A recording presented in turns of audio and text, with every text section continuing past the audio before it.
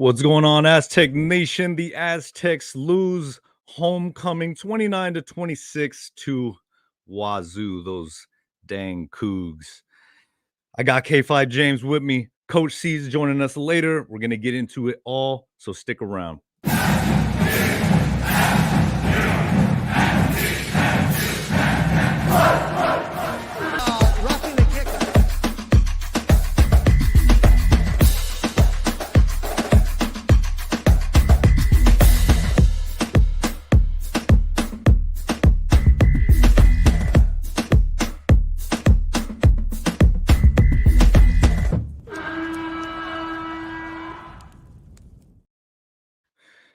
What's going on, Aztec Nation? Welcome to another Sons of Montezuma podcast.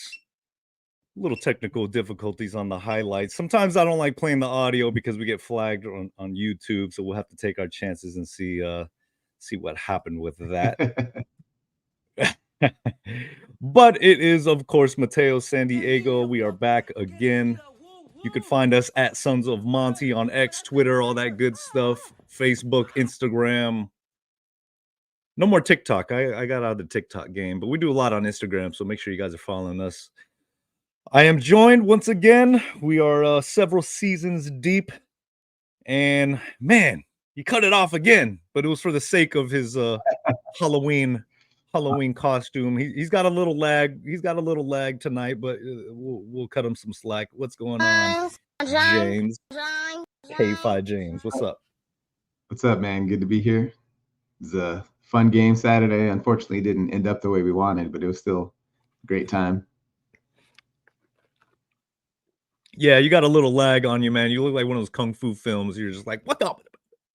Oh, really? Yeah, on my end, it looks good. That's weird. Here, let me adjust the resolution down and see what happens, dude.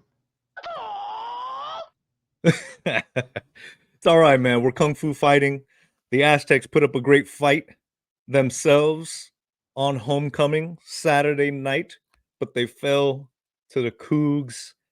A lot of Cougs in the house at Snapdragon on this game. We're gonna get into it all because there's a lot to get into, guys. This was a big game. We talked about it leading into it, that bowl season was starting, and it started with this game. You know, that road to bowl eligibility was something that didn't really seem possible the way the season started, but you roll off 2 wins, you're feeling good about yourself or feeling better about yourself, and then you got a near top 25 team in Wazoo coming to town on homecoming, 2 weeks rest to prepare.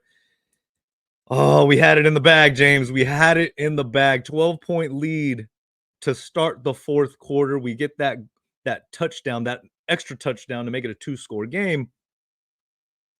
And as soon as we score, we let it up. And the fourth quarter, just the wheels came off and got off course, off track, and crashed the thing. So, oh man, what do you think, James? What is your overall general, like, I don't know if you a one-liner or whatever you take from that game?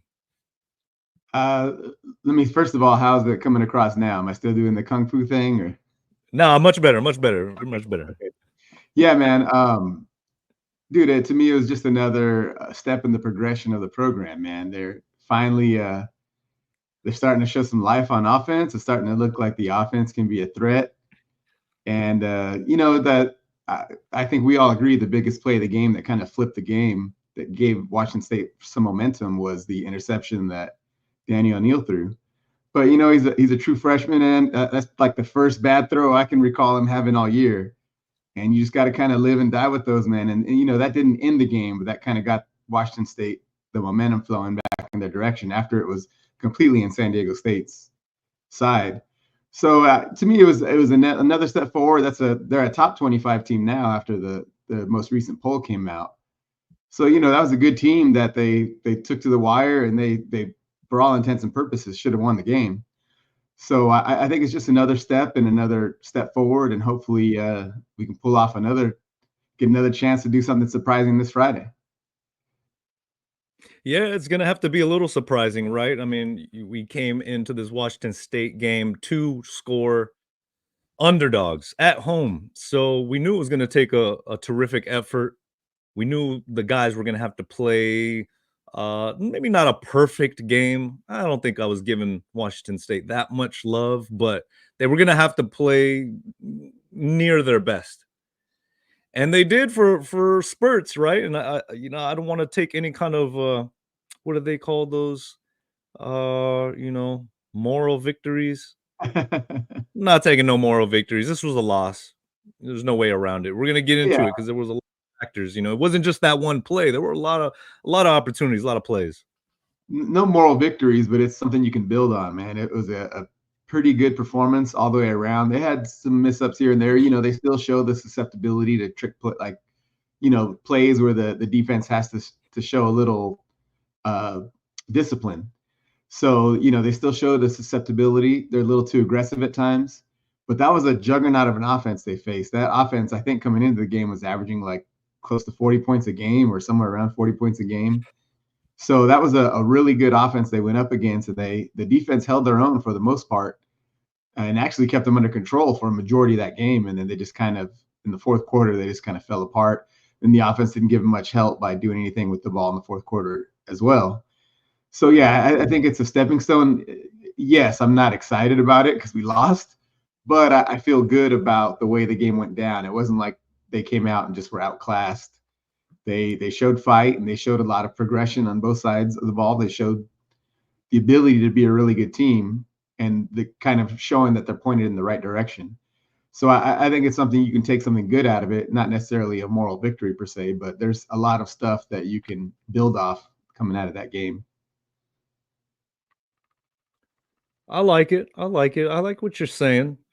But let's get into it because there's a lot of concerns, right? There's a lot of questions. As we see Coach Lewis there, we saw Danny Dimes getting some spreading the ball around early. We got 2 field goals in that first half. Now Danny took some big hits, man. Now, Yeah. I'm not allowed on the field, dude. I'm not allowed on the field, but I got a heck of a camera, and I'm able to take some of these shots. And this shot that I got of Danny taking a shot, boy, oh boy, he took some hits, man. We saw that in the first half. I mean, he was basically knocked out of the game at one point. As you see, Gabriel Placencia hitting his 2 field goals in the first quarter. A little slideshow presentation, but like you said, we held their defense down. And as you see Danny on the ground, boy, nobody wanted to see that. Nobody wanted to see that, man. And we was down. Everybody thought it was his shoulder. And I was sitting next to Andy next to me, and he got the camera zoomed in real close, and the way that they lifted him up, it was a big sigh of relief for us two sitting there because he was like the way they lifted him up and the way he got up. If he really had hurt his shoulder as bad as everybody feared he was, they wouldn't have brought him up that way. So Yeah. uh, that was like a clear indication he's gonna be okay. Hopefully he'll tough it out and come back, and he sure enough did. So just a little bit of a scary moment there. Yeah, and speaking of that, man, how about you got to give a hand to Javance the way he came off the bench and kind of Yes. kept things going, man. He kept things going in the right direction. He actually played pretty well, so that's nice to see. It's nice to know you have a guy like that that can come off the bench and still have an effective offense without your number one guy out there. He came out, operated the offense. They got a field goal out of it, and of course, you're seeing this big handoff to Cam Davis. He ran it through, and it's nice to see him getting a couple carries and some big things to show for it. Of course, Latuli was back with that big club on his hand. Owen Shamlis was back as well, and the guys were. I think they got a muff punt or something along the ways, but Dom Oliver there. So it was an entertaining game, man. Very exciting. There were good plays and bad plays on both sides. Is that I mean, what could we say about Jordan Napier throwing that touchdown pass? Oh my goodness, to Bennett. And Yeah, it was a great I'm catch by Bennett. oh my goodness. I heard him on the John and Jim show, our good buddies over there at 760, and his interview. And it's too bad he's a senior, you know what I mean? Because man, he's really impressed me. And he's got great size for a receiver. And on that pass, he was able really to gain that inside kind of boxing out the defender to make sure that he was the only one that was going to catch that pass. And that pass was right on the money from Napier, dude. Yeah, it's nice for us to be the beneficiary of a trick play every now and then. You know, we've been killed by them so much this year. It's nice for us to get one in. Oh man, yeah, it was kind of brutal, kind of brutal. But hey, Danny came back, right? Came back to close out the first half, drove the team down, got the score. You see Hunter there, got the sack on that play. The defense was basically held Washington State 10 points below their average, dude. They were averaging almost 40 points a game, and we kept them to but what 29. So I mean, unfortunately, right, Trey White didn't necessarily get he got half a sack, I believe. He got half a sack, but hey, they're focused on him. Yeah, I told you, man, they're gonna come in waves. He might get Mhm. 2 in this game coming up, or he might go a couple games without any, but he's gonna make an impact on the game. Just him being out there, and like you said, oh man, don't distract me with Sweetie, dude. Hold now, up. I'm, now I'm in the middle of talking, man. Now we gotta take a pause for our Aztec sun goddess. Diamond, whatever you wanna call Saweetie. Saweetie was in the house, and I'd like to take credit that I think we called it. I think we kinda called it, right? Oh, just oh my goodness. When I was talking with Carlos about the Aztec Warrior, and I put that little clip out, there was something that told me not that necessarily she was gonna show up on homecoming, but what if she had showed up on homecoming, you know what I mean? It's like, this is a great time to put this little clip out of when she tried to be the Aztec warrior back in the days when she was a diamond going to state. And then sure enough, halftime rolls around or whenever it was, and she surprised all Snapdragon as a honorary diamond. And yeah. Man, we were all in shock in our seats, man. We couldn't believe it. We were distracted the whole second half, dude. So I don't remember a whole lot from the second half because I was distracted by Sweetie the whole second half. We're kind of right there by the diamonds where we sit. So it was distracting, man. It was hard to concentrate on the game with her over there doing her dance moves. Man. Sweet, if you ever want to guest appear on the Make Your Sons of Montezuma podcast debut, absolutely the offer is open. I think it rallied the team together, you know what I mean? Because on that second half, they said, "Sweetie's here, we got to perform," and they came out and they performed. They took the lead, but like we said, man, they turned it right or back around in the fourth quarter, and oh, it was tough. Backs against the wall. That play that you talk about, James, the interception Danny threw, of course, it was like you said, man, it was the worst pass I've seen from him in his freshman season, which is saying a lot. I mean, he hadn't thrown but one pick, and it was a tip ball pick. And it was just one of those things. If you listen to the Washington State linebacker who picked it off, um, he basically said that they were sitting on it, right? They were reading on it, and they went to the well one too many times, and they knew it was coming when he saw that formation or whatnot. So it's just one of those things, man. Just a learning, teachable moment. Uh, but we had our chances even after that. Now the defense let up the score. They drove all the way down. Washington State did, and it was just one of those games, man, where oh man, their quarterback, Mateer, I mean, we had him in the clutches. He escapes, runs for over 20 something yards to get a crucial first down. And next thing you know, they're in the end zone. On the 2-point conversion, they'd run like a Philly special. We all saw it. The receiver like fumbles the ball. It's dribbling, at least 3 or 4 times. And it just, it's a football. You think it's going to go this way, that way, but the thing just perfectly bounced right back into his hands. Threw it to a wide open Mateer for the 2-point conversion. Mateer scored all 4 touchdowns in this game. Just frustrating, beyond frustrating.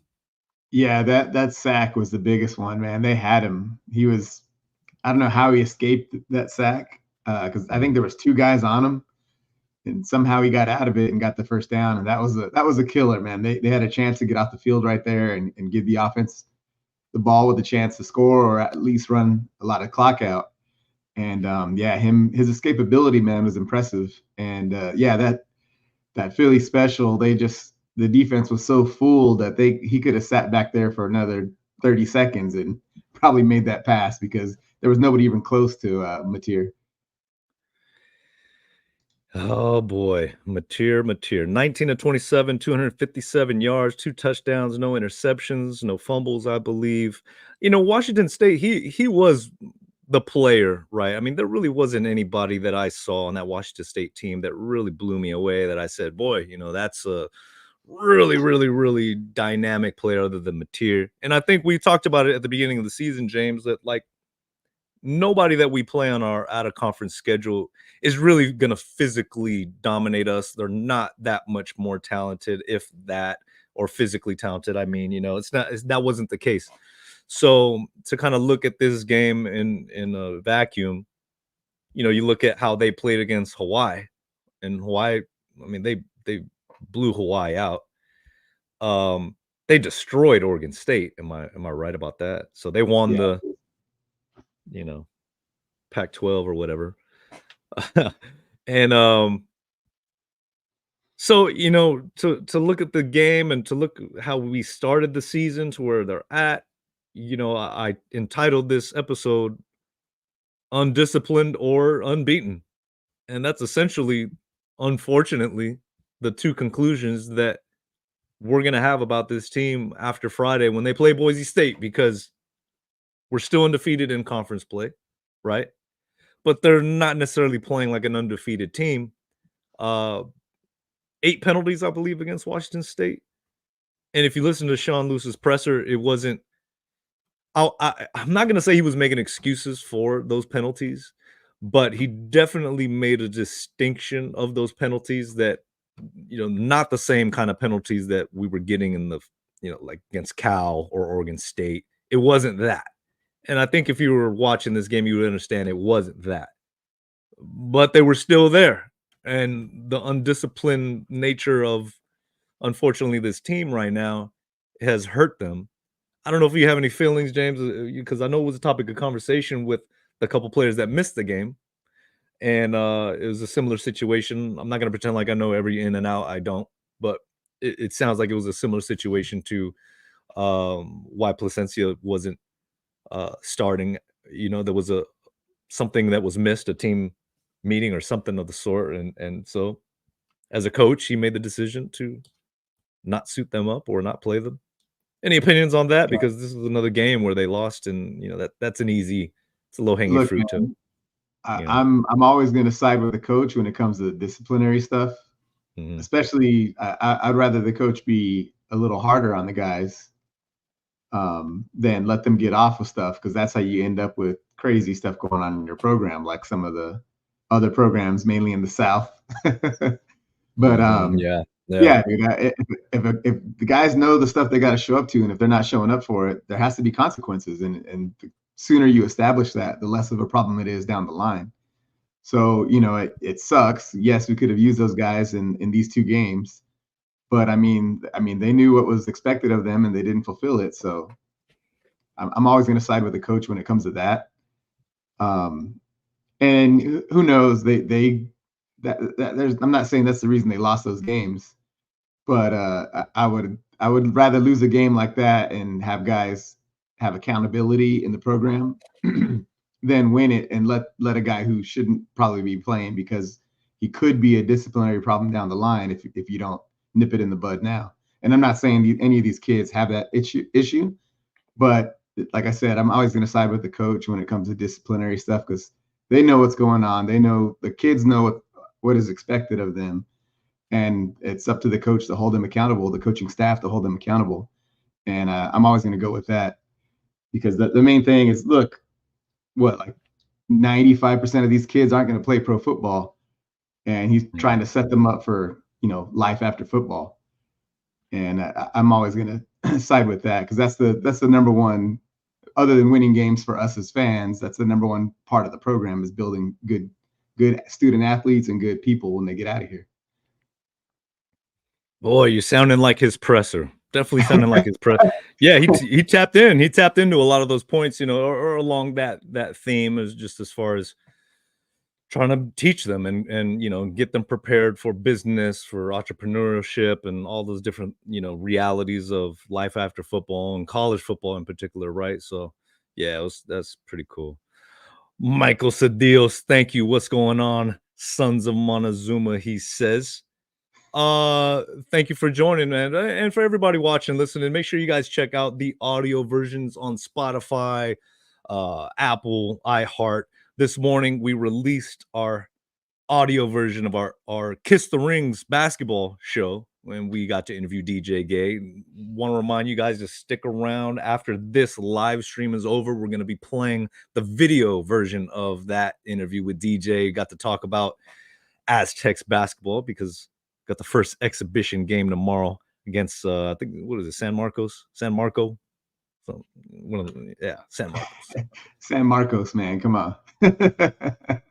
I got my Kiss the Rings hoodie on right now because I'm hyped, man. The basketball season. Speaking of DJ, got me excited, man. I mean, he's a coach now himself. So make sure you guys stick around and watch that. Want to give also another shout out on Facebook. We're pretty active on Facebook. Michael Dabbler. Hopefully he's checking it out. He was real appreciative of the work that we've been putting out there this season. And man, James, before we bring in our guest, before we bring him in, I'm excited about our guest that we have for football tonight. But let's talk a little bit about the stadium because this was homecoming, dude. And I think one of the big obvious things that's been the talk is that field, dude. That field was gnarly, bro. Everywhere. I mean, you saw in these photos. I mean, you could see on these photos, man, they're kicking up sand. Like the color was all faded. If you took a good look, and I mean, it was an eyesore. It looked dangerous out there for the guys running out there. But what do I know, right? I'm sure they adjusted with their cleats. But just a homecoming, you would think, okay, San Diego State, this is our stadium, Snapdragon Stadium. That shouldn't be happening, man. Not for the season ticket pricing to be where it's at. Not for all the work that was done to get that stadium. Now we got it, and you're telling me that's the best that you're gonna roll out there on homecoming? That was bad, dude. Yeah, I think they've got too many things going on it right now, man. Didn't women's soccer just finish? And then men's rugby as well. So I think there's just too much going on it right now. So yeah, they've got to figure something out to try to salvage that field as good as they can. I know they want to have all these things going on that helps pay for the stadium, but yeah, that's having the stadium not look good for, that's a pretty big game for us. The homecoming game, it's like one of the most important games on the schedule, no matter who we play, just because that's when a majority of the fans are going to come back. So yeah, it was a little disappointing. I know we've got a pretty good grounds crew, so I don't know. Like I said, maybe it was just overworked and there was nothing they could do, and maybe that's something they'll have to address next season when it comes time to schedule all these other activities they have going on at the stadium. Well, we still had a great time. We were out there at the Warrior Walk and all that good stuff going. The tailgate always wins, guys, no matter what's going on in the stadium. Of course, you see Super Mario was out there in full effect. We had a great time for homecoming. I want to thank everybody for stopping by.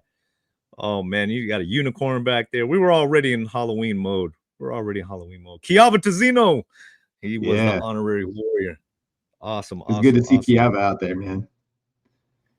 Yeah, man. Come on, league. Gotta league that dude.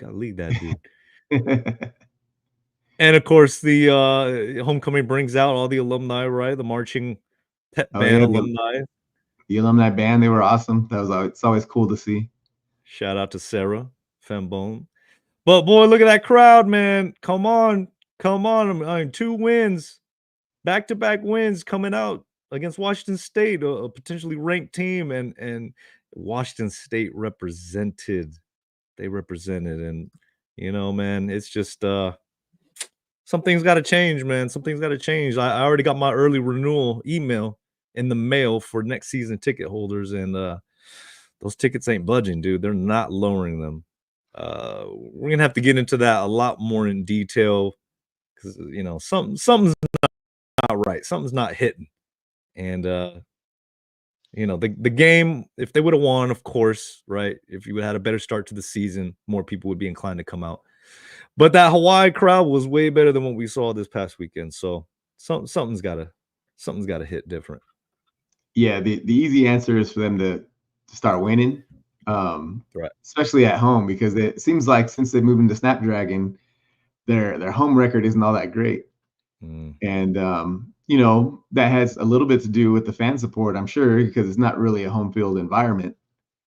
But still, they have to start winning. And I think once they start winning, and if the stadium is still looking like that, then we can start talking about stuff outside off the football field needs to change, needs to be adjusted. But they got to win, man. That's the simple. Unless they're winning, you can't really blame anything other than that. Because I don't blame a fan that doesn't want to pay those prices to see the team lose. Nutcases like us will do it, but there's not a lot of people with that kind of dedication to do it. So You yeah, can't put. Sorry, bro. Was that? No, go ahead, Eve. What were you gonna say? Well, I'm just saying you can't put a Padres price tag on a product that's not Major League Baseball. It's not professional sports. You can't do that. But it's Doesn't not work really doesn't work that way. it's not a Padres price tag, dude. It's a Boise State price tag. You're telling me our fans can't afford what Boise State fans pay to go watch a football game? You sure about that? Yeah, sure dude, about that? I'm sure about that. But look at this. Padres, they'll pay what they pay to go watch the Aztecs. How many times? 81 games? Is that how many? 82 games that they play at home? So it's not exactly the same. It would be like paying like $1,000 for a Padres game, basically. And you're gonna try to compare it. I mean, yeah, you can go see one Padres game for the same price as an Aztec game, but is one Padres I don't know. game? There's only six or seven games a year, dude. So come on. I don't know if your math is math and your justifications. I don't know about that. Oh, dang.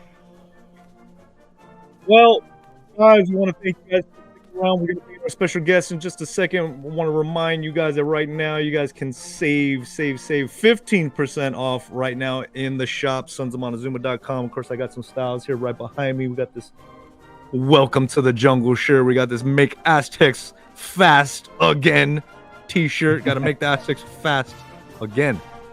And a couple different styles. We got some things coming up for the winter as well. And yeah, 15% off. Promo code MONTY Monty at checkout, sonsofmontezuma.com. Of course, definitely want to check out our NIL items as well. All right, guys, we haven't had him join us really all season long, so I'm pretty excited to bring in our next guest. You guys are familiar with him. He's in the Las Vegas area now. Big Raiders guy, went from the Bay Area to Vegas, and we've been keeping up with him every season. He gives us some insight, and that's Coach C. What is going on? What is going on, Coach? Yo, let me get in this camera here. Oh, gentlemen, can you hear me? Oh yeah, we can hear you. You're a little fuzzy. Oh, I forgot something. Let me clear it up real quick. There you go. Oh. I know I'm close, probably a lot of Dodger fans, but I know there's a lot of Dodger haters in San Diego, so this is who I'm rooting for right now. I'm a Giants fan, but as a kid, gentlemen, I was a big Yankee fan, and Reggie Jackson, Craig Nettles, Bucky Dent, all those guys. And so seeing the Dodgers, Yankees back at it. I mean, I remember the 77 World Series. That tells you how old I am. I remember the 78 World Series, and I remember that 81 World Series. So I wanted nothing more than to see a Dodger-Yankee World Series when the postseason began. And it's not been looking good for the Yankees, that's for sure, or whatever else. But we finally got one tonight. I shouldn't say we, but as a childhood fan of the team, I'm like, all right, let's get them. So anyway. It's just a reminder that the real World Series was the Padres-Dodgers series. That was the real World Series. Come on. All right, I flashed my Yankees. I'm done with that. I was going for the Padres versus the Dodgers, no doubt. I was quite bummed about that one. So, oh well. Get them next year, Padres. Well, I'm seeing some Boise State action, and anytime we play Boise State, Coach, it's a moment to get up for the game. The last few years, the Aztecs have had these guys down in the game early, only for them to just come back and run away with it every single time, right? So I don't know if it's going to be any different. I think they are like huge favorites, like over 20-point favorites in this game on Friday night, right? I think it's 5 o'clock Western time. I don't know how much you've been able to really take a look at this Aztec fast offense now that it's been halfway through the year. I know if you guys check back on our previous episodes, really when they hired Coach Lewis, we went and you did some nice deep dives on what to expect. What's your overall take on what you've seen so far, man? I mean, it was a rough start. The penalties have been an issue. They're like one of the worst penalized teams in the nation. But there is improvement. Yeah. I'm curious to hear what you got to say and your outlook. No, I mean, it's not too bad as far as let me get this camera straight. It's not too bad as far as what I expected. Young quarterback, obviously, new offense for everyone. Coach Lewis is trying to establish certain things. And, when we talked in the offseason going up to this thing, we said that the nice thing about O'Neal coming in, he was really starting at the same level as all the other quarterbacks because they were in their first year in this offense and they were learning at the same time, except Danny was he got a head start because he knew he wanted to play for Coach Lewis. And so he probably got an early start on the study, if you will, when he committed to go to Colorado. And it was really to play for Coach Lewis and, of course, making the decision to come our way with Coach Lewis. I'm sure O'Neal was just in the playbook on one thing. But knowing your plays is one thing. What you learn when you get to the higher levels is now there's so much more to the quarterback play. And what I was seeing as I'm watching the games and whatever else, and some of these mistakes that are being made, really, to be honest with you, they're kind of anticipated mistakes for veteran coaches that see these things. There's certain looks that a young quarterback's going to get. And what you want to see from a quarterback is week to week, does he make improvement with his quickness of his reads? Does he make improvements on making sure that the offense is in the correct play? You could get a call from the sideline, whether it be through signal or from a player coming in from the sideline to give you that play and, get lined up. And like you said, because of the high tempo action, a couple of things happened. You feel like there's a sense of urgency, but most times that high tempo stuff, it really gives that coach on the sideline a chance to see what the defense is doing and letting him make the adjustments and whatever else. And there's a good and bad that come with that. Sometimes a quarterback really leans on the knowledge of the coach on the sideline making the adjustments and the player just basically doing what he's told to do based on whatever the call might be. And you see it a lot in college football, right? The whole offense is looking to the sideline, waiting for the call. They'll give a dummy cadence, and then they'll go back and they'll look back at the sideline, and either the coach is giving the play, the real play, or he's saying go with that play. And what that coach is looking for is what are the defense doing? How are they adjusting the safeties? What are they doing as far as pressure looks and, soft coverages and whatever else? And so there's a good with that the coach is responsible, but there's a bad with that the player on the football field is really never being the guy to make some of those adjustments himself when he really needs to learn that stuff. So, I see some slow reads happening. And again, for a first-year quarterback, whether you're a freshman or just a senior learning this new offense, you're going to have those episodes of just kind of like, if that count or that read was a little bit quicker, then you would have had a little bit more pop to that play rather than a 4-yard pickup or a batted ball down and the punt team's coming on the field because we're short of the chains and whatever else. So, yeah, you get frustrated.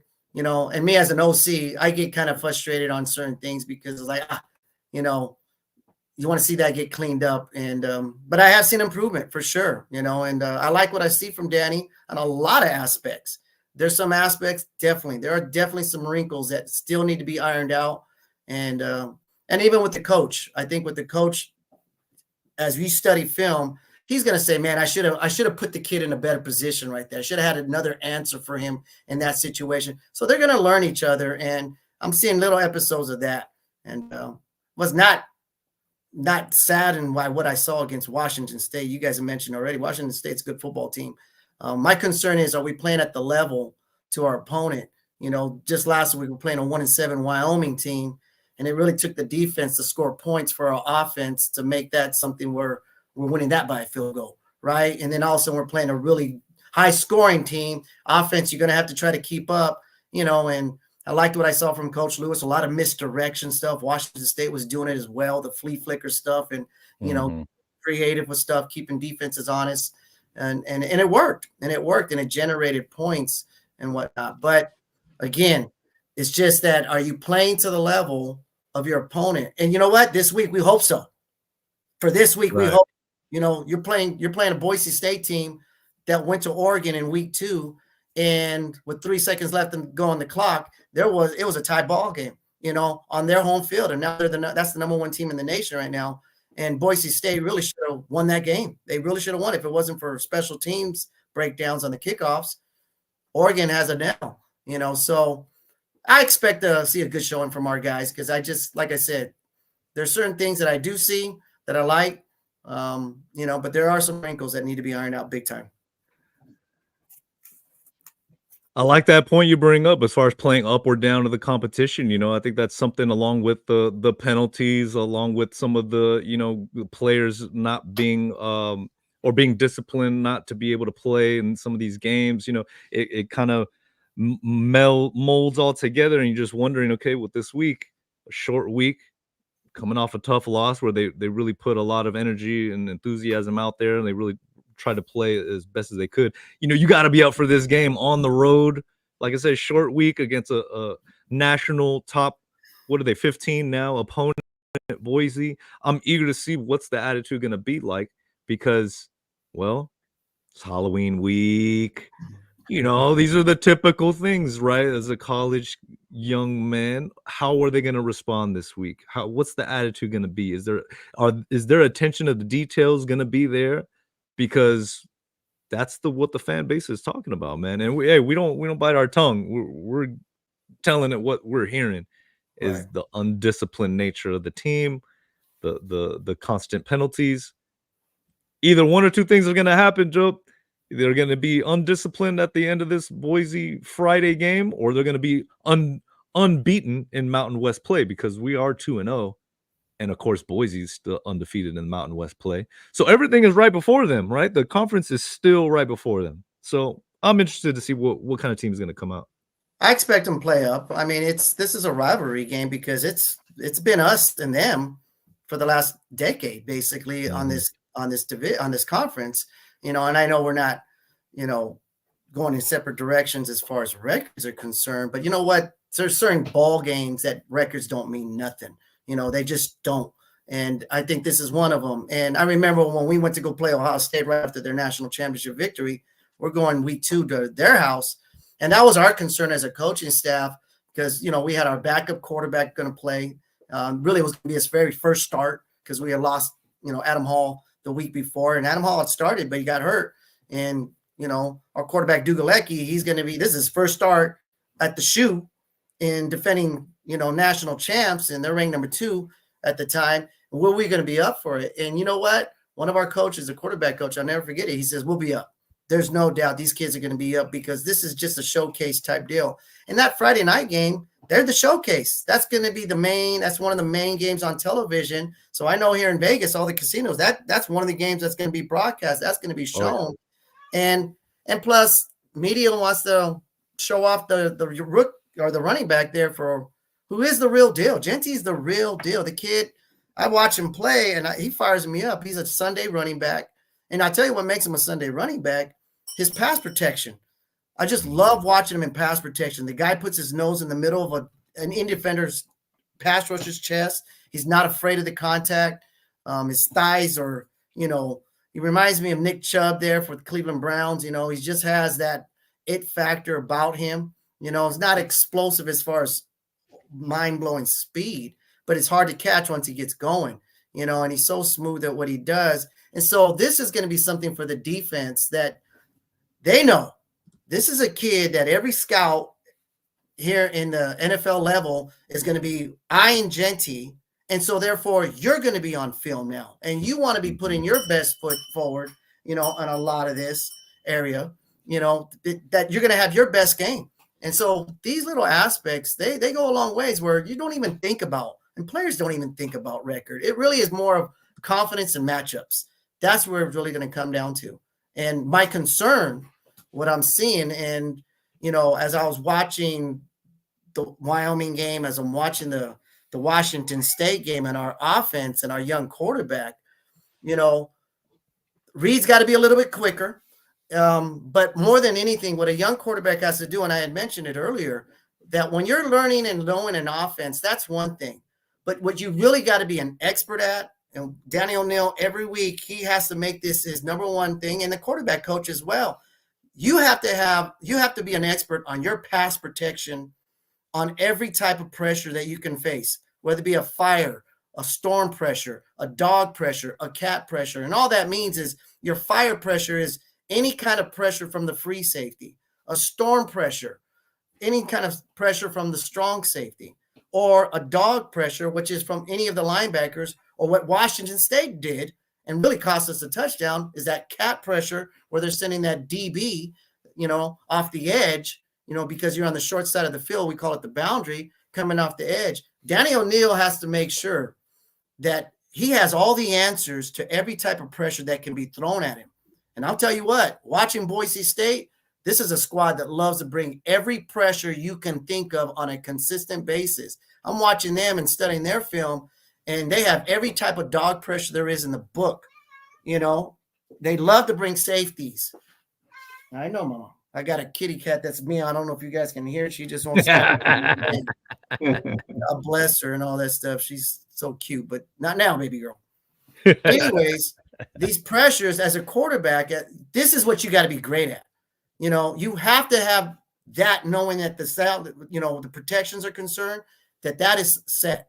Now you can go ahead and be more confident about your read. But if you're always not sure about your pressures and who's got who, you know, adjusting your pass protections to handle any pressures, and you guys already alluded to it, you know, what a lot of people are seeing was it was a bad play by Danny with the interception.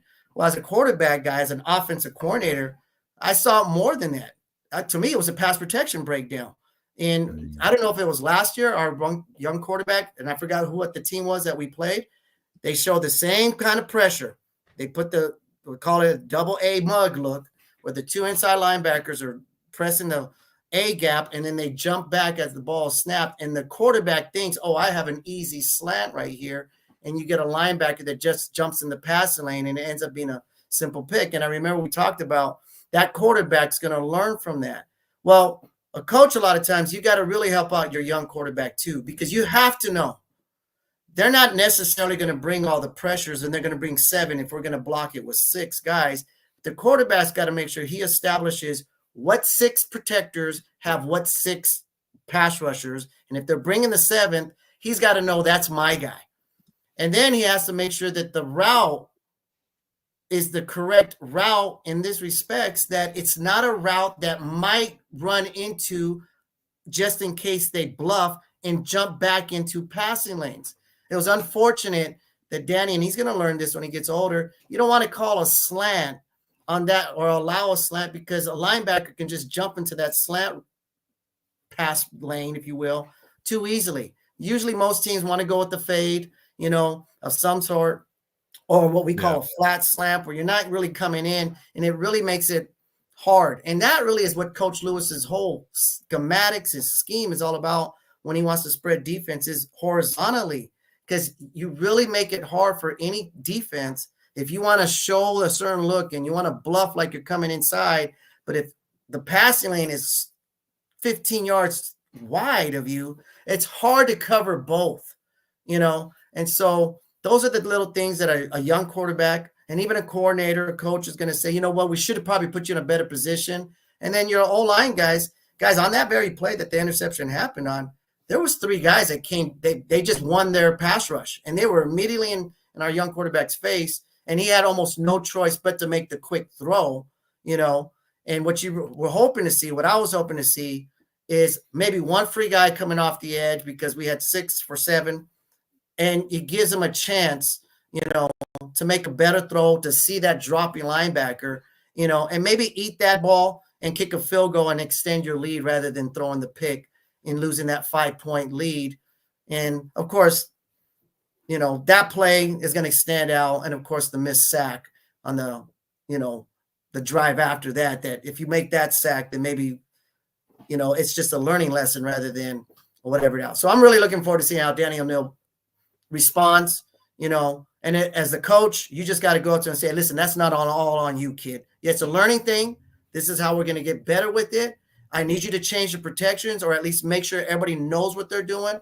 And unfortunately, we just had a couple of guys, and we're not going over film right now, but there was a miscommunication on the pass protection where a guy wasn't too sure who he had. One guy comes in free, another guy gets beat.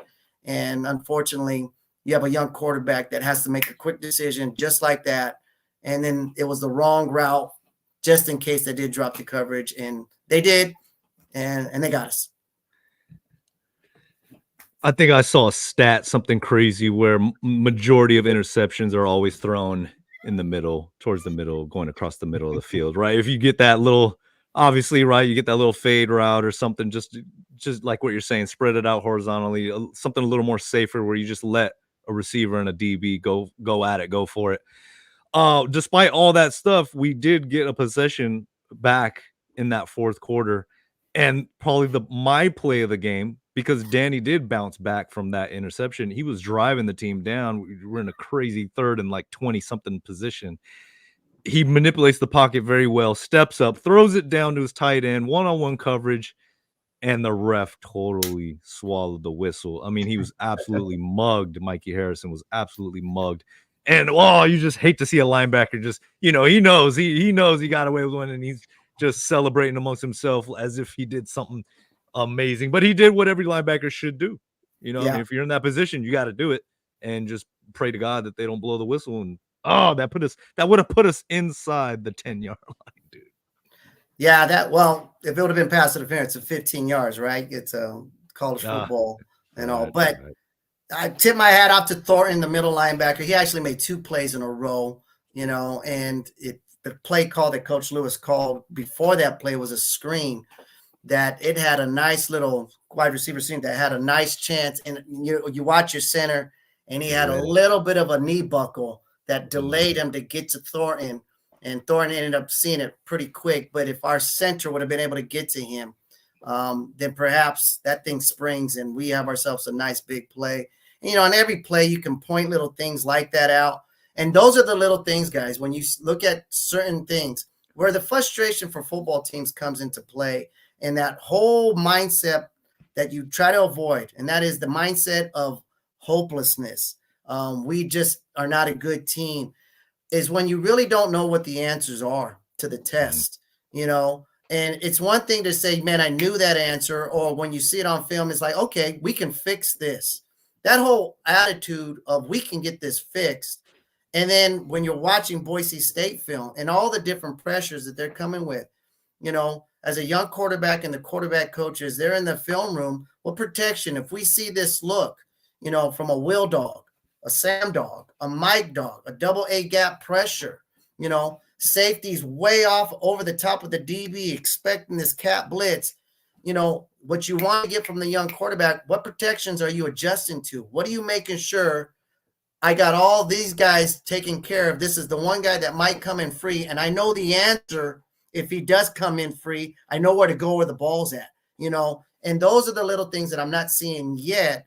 But again, new football team as far as the scheme is concerned, and a young quarterback, and those are the things that I will be looking forward to as that starts getting processed faster and faster and faster. And because O'Neill is starting at such an early age to be the starter, that's got to be primary number one as this season continues on.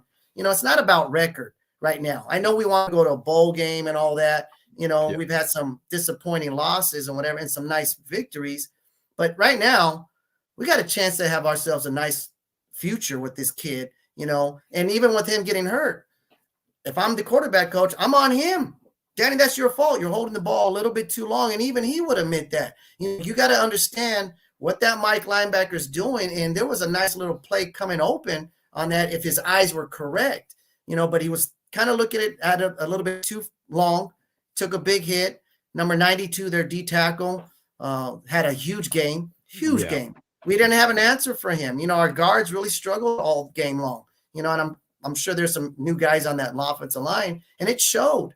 But that, for the most reasons, as a quarterback, you got to help out struggling O linemen. You got to make sure that as far as assignment football is concerned, there ain't going to be any breakdowns, and it's the quarterback's job to make sure running back, you're going to the correct location. You know what to do on a dual read. If this guy doesn't come, where do your eyes go and all that? Because a quarterback, it's one thing to know where the routes go, but more importantly, is everybody accounted for so that I can go ahead and if I have to hold the ball for a split second more to buy a split second for my wideout, I can do it.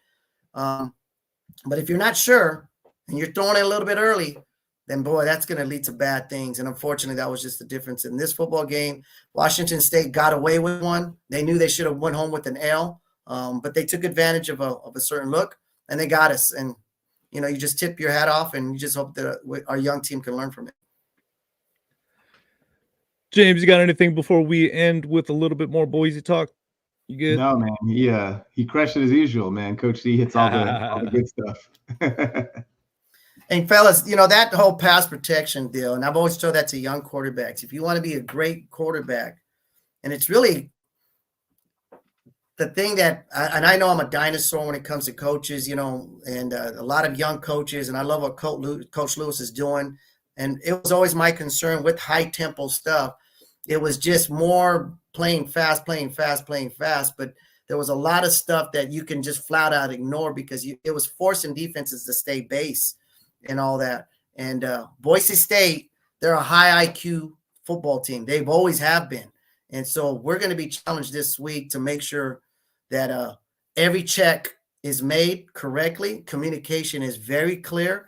I won't be surprised if you see San Diego State kind of slow things up just to make sure, that, maybe give a couple of dummy counts just to see who's showing, what kind of pressure they're going to show. That would be helpful for a young quarterback. If the safeties roll a certain way, if a Mike, commits a certain way, and that will just help them out. Make them have to hesitate a little bit, and it also gives some indicators for your quarterback and slow the game down for him. And then as his eyes get quicker and quicker and quicker, then we can expect a little bit more higher execution on third down and in the red zone, which still needs to improve as well. Coach, before we let you go, man, obviously we talked a little bit about Genty. He's a legit Heisman candidate. Of course, Boise, as we're seeing in the chat, Boise's in the driver's seat for that playoff spot, the non-Power 5 expanded playoff spot. They are definitely in the driver's seat. Washington State right behind them. Of course, they're the only team that beat them, and that's Boise. So Boise, they're in control. They control their destiny in the conference and in the playoffs.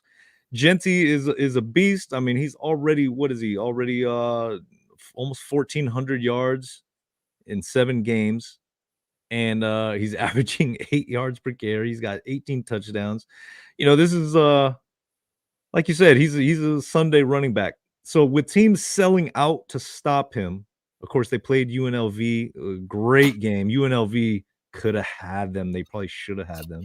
I think if they play again, it might be a little bit different story. But they still got the win. Teams are selling out to stop Genty. So as concisely as you could put it, Aztecs defense, they've given this team a puncher's chance every game. They're very opportunistic. They've turned the ball teams over. I think they have 4 turnovers that have been overturned because of a penalty or something wacky of the sort this year. So they're definitely ball hawks. What do you see a recipe to stopping Genty, if there is one? Well, first you want to make him go as horizontal as much as possible. He's a load, no doubt. His thighs are just massive for his height, and he's got that Kareem Hunt body. He runs like Nick Chubb. He's a 3-down back because he's a great pass protector. I've seen him throw go routes with this kid. He's dangerous in space. He's great in gap scheme like power, lead, runs zone very well because he's patient. He really has studied the game really well. And as a defense, it has to be number one where, you know what, we got to make sure everybody understands their fits, their run fits on defense. We really want to put it in a position where you give it a certain look. D linemen are going to have to be really big this week in the respects that they're not allowing offensive linemen break off to the second level to get to our linebackers and flow to that guy. And then don't try to make the big hit on this guy. Try to make the stop. And that's the way the defense has got to think about it. You know what I mean? And just make the stop, corral this guy as much as you can, make him work.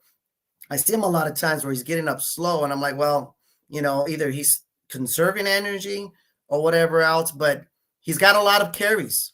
They're working him a lot. And as the season gets later and later, that's my only worry for him if I was an NFL scout, of just how much tread is he going to have on the tires by the time he gets to the league and all that. And so you definitely don't want him to be he's a closer too. That's another thing about him. Boise State can take a lead and then that can just go ahead and milk the clock with that kid because he's a home run hitter and he's a chain mover.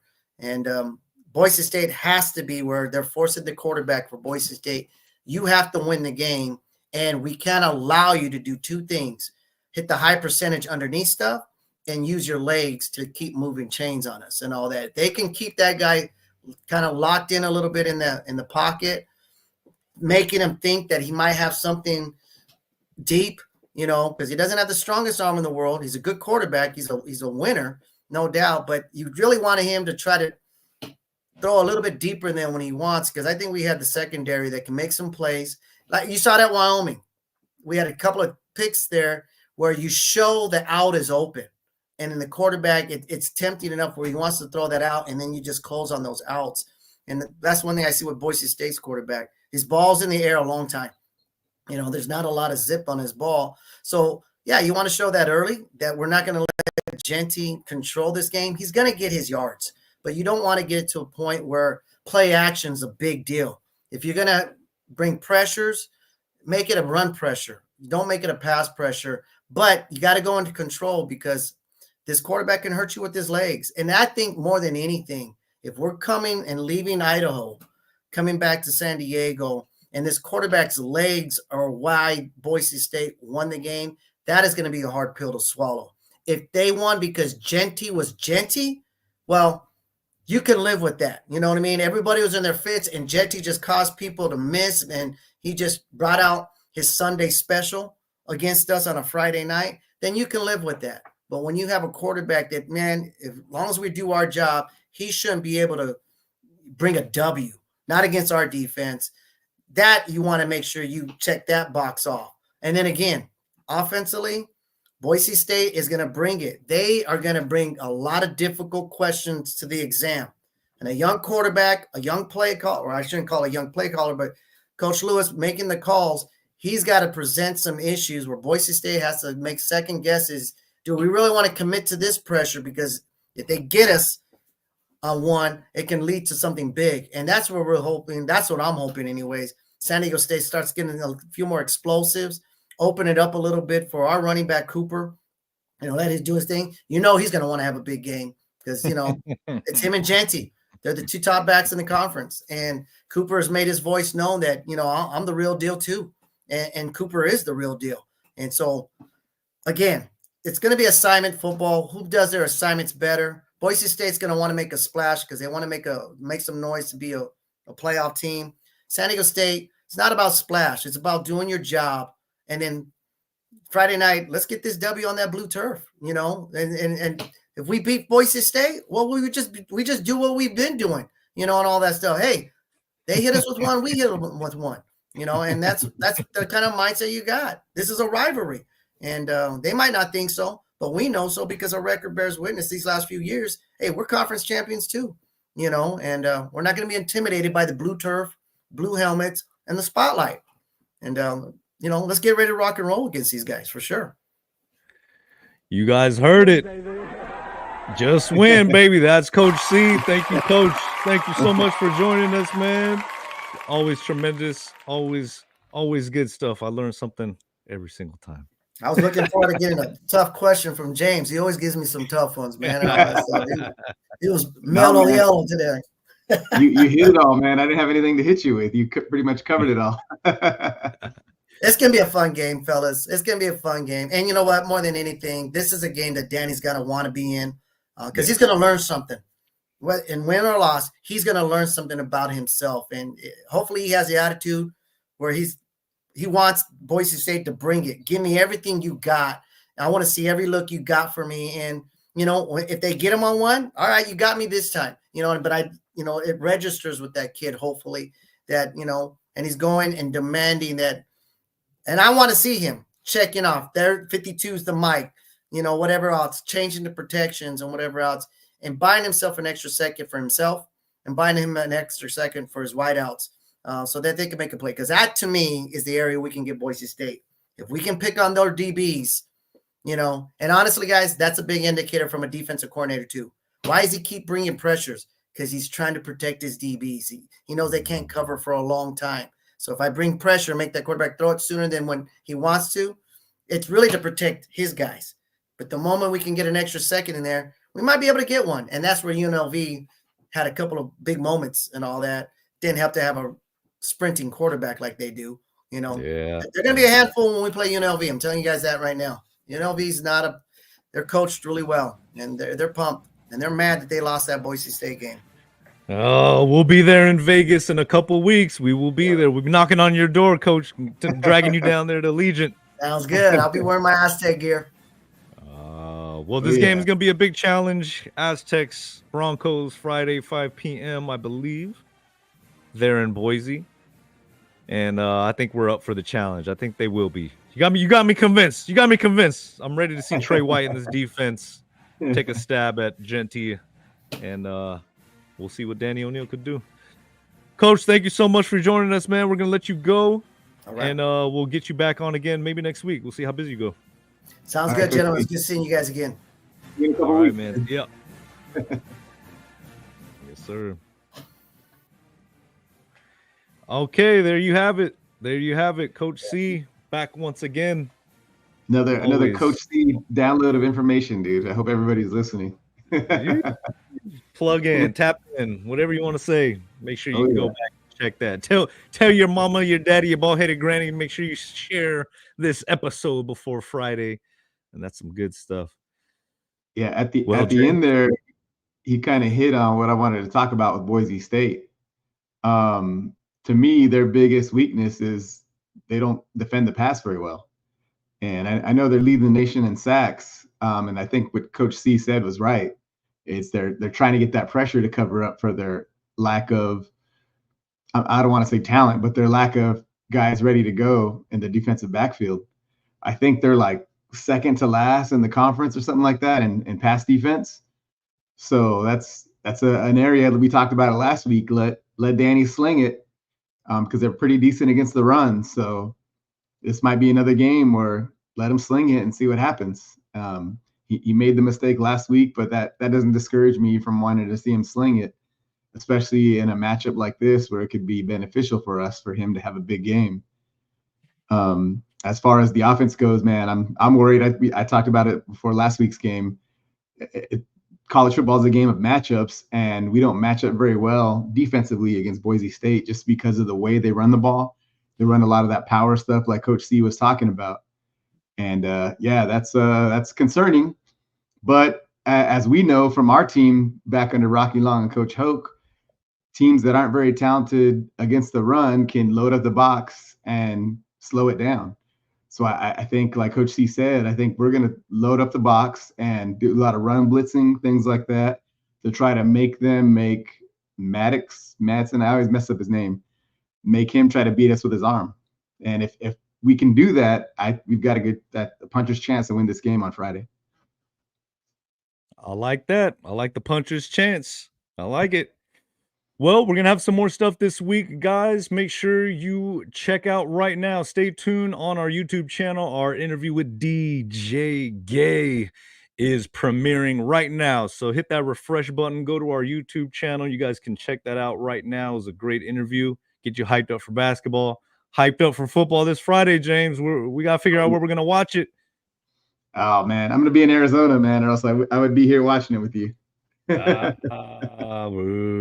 Where's my boo soundtrack? Boo. Anyways, thank you guys. Everybody have a great night. Hope you enjoyed it. Make sure you check out the audio versions and the replay on sonsofmontezuma.com. DJ Gay interview, Aztec legend right now. Go check it out. We'll see you guys next time. SonsofMontezuma.com. Go Aztecs. Go Aztecs.